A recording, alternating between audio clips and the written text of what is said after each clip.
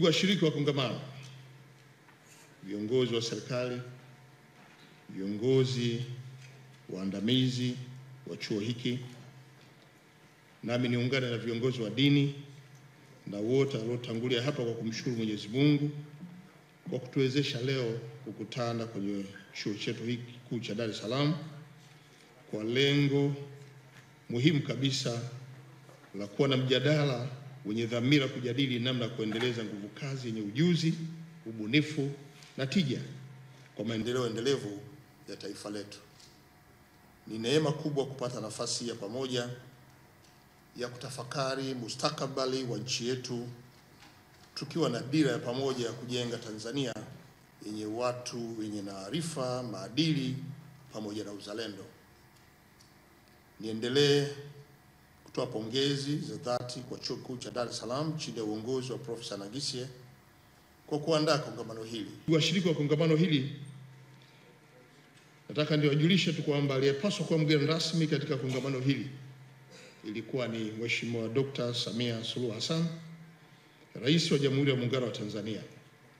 Lakini kwa kuwa mnajua kwamba kwa sasa yuko anazunguka nchi nzima kuomba ridhaa kwa Watanzania ya kuongoza taifa hili tena kwa miaka 5 ijayo, imempendeza kunituma kuja kumwakilisha ili niweze kusimamia eneo ambalo nimepewa la utoaji wa salamu za serikali kwa wanakongamano.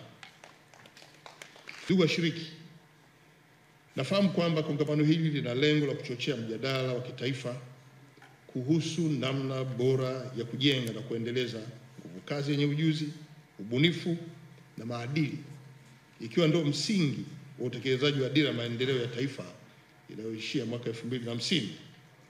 Na kupitia mijadala yenu, taifa letu litanufaika kwa kupata mapendekezo na mikakati mahususi ya kuimarisha ubora wa rasilimali watu, kuboresha elimu na mafunzo na kuhamasisha ushirikiano kati ya sekta ya umma na sekta binafsi katika kukuza nguvu kazi ya kisasa. Ndugu washiriki, kongamano hili pia linatoa fursa ya kuenzi mchango wa baba taifa hayati Mwalimu Julius Kambarage Nyerere, ambaye falsafa na maono yake kuhusu elimu, utu, kazi na maendeleo bado imeendelea kuwa dira inayotupa mwanga hadi sasa. Ndugu washiriki, hayati Mwalimu Nyerere aliamini kuwa nguvu kazi yenye elimu, maarifa, maadili ndio msingi wa uhuru wa kweli na maendeleo endelevu. Na katika falsafa yake ya elimu na kujitegemea, Mwalimu alifafanua kuwa elimu bora sio inayolenga kupata cheti, bali inamjenga mtu kuwa mzalendo, mzalishaji na mwenye mchango kwa jamii yake na taifa zima. Kwa Mwalimu Nyerere, elimu ilikuwa chombo cha kumkomboa mwanadamu kiakili, kiuchumi na kijamii. Lakini vile vile alisisitiza kuwa elimu kuwa ni chombo cha maendeleo, na maendeleo hayawezi kufikiwa na watu wasioelimika, wasiokuwa na maadili na wale wasiopenda kazi.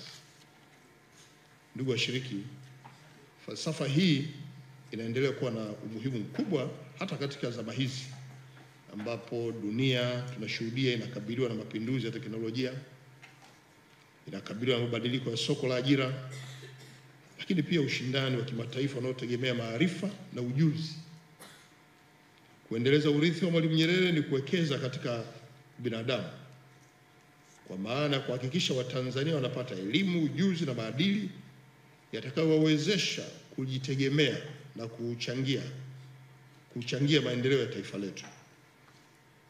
Ndugu washiriki wa kongamano hili, kauli mbiu hii pamoja na mambo mengine inakwenda kuimarisha ubora wa elimu inayotolewa hapa nchini na mafunzo yanayotolewa hapa nchini, kwa kuhakikisha kuwa elimu inayotolewa ina uwezo wa kuzalisha wahitimu wenye uwezo wa kubadilisha kulingana na mahitaji ya soko la ajira duniani, sambamba na kuhakikisha nguvu kazi yetu inaongozwa kwa misingi ya maadili, nidhamu, uzalendo, bila kusahau uwajibikaji wenye maslahi kwa taifa hili. Ndugu washiriki, serikali yetu ya awamu ya 6 inayoongozwa na Mheshimiwa Dr. Samia Suluhu Hassan imeweka kipaumbele kikubwa katika kuboresha elimu, mafunzo na ujuzi kama nguzo ya kukuza uchumi wa taifa letu.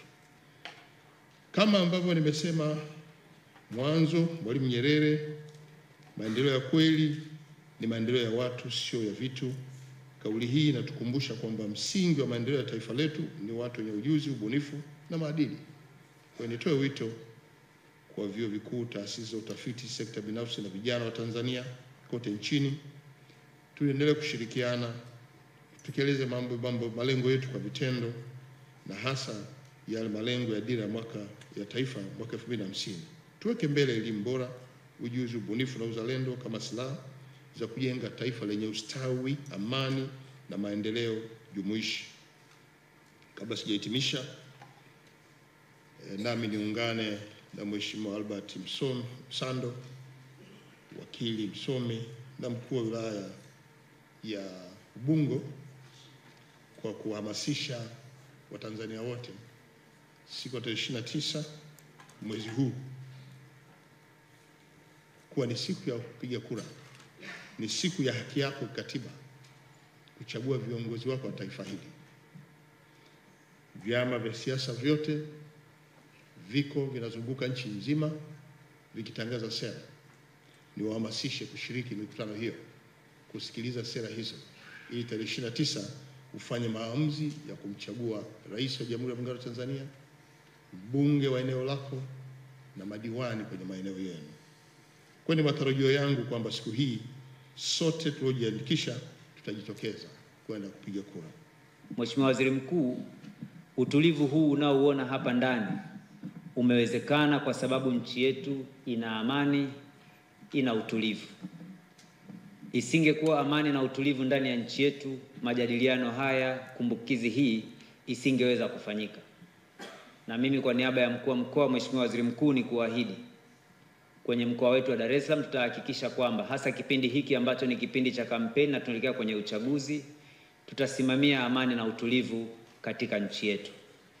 Ni kuahidi Mheshimiwa Waziri Mkuu, kuelekea kwenye uchaguzi mkuu, mkoa wa Dar es Salaam, wananchi wote wataweza kushiriki uchaguzi kwa amani na utulivu, na tutahakikisha hakuna ghasia au vurugu ya aina yoyote ambayo itatokea katika mkoa wetu kuchafua zoezi la uchaguzi. Huu ni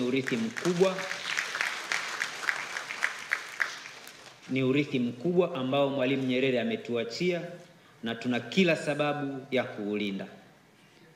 Tunaamini katika majadiliano, tunaamini katika fikra, tunaamini katika mawazo chanya mbadala ili kuendeleza nchi yetu. Kwa kipekee kabisa, Mheshimiwa Waziri Mkuu, tutatekeleza maelekezo ambayo wewe binafsi kama waziri wetu mkuu, Mheshimiwa Rais na viongozi wengine mmeyatoa kwetu, kuhakikisha kwamba usalama wa raia na mali zao wakati huu wa kampeni na kipindi cha uchaguzi ni kipaumbele chetu kikuu. Kwa ni kuhakikishia wananchi wote watashiriki uchaguzi kwa uhuru, kwa amani na utulivu mkubwa. Tunakushukuru sana Mheshimiwa Waziri Mkuu, na karibu sana Dar es Salaam, karibu Ubungo.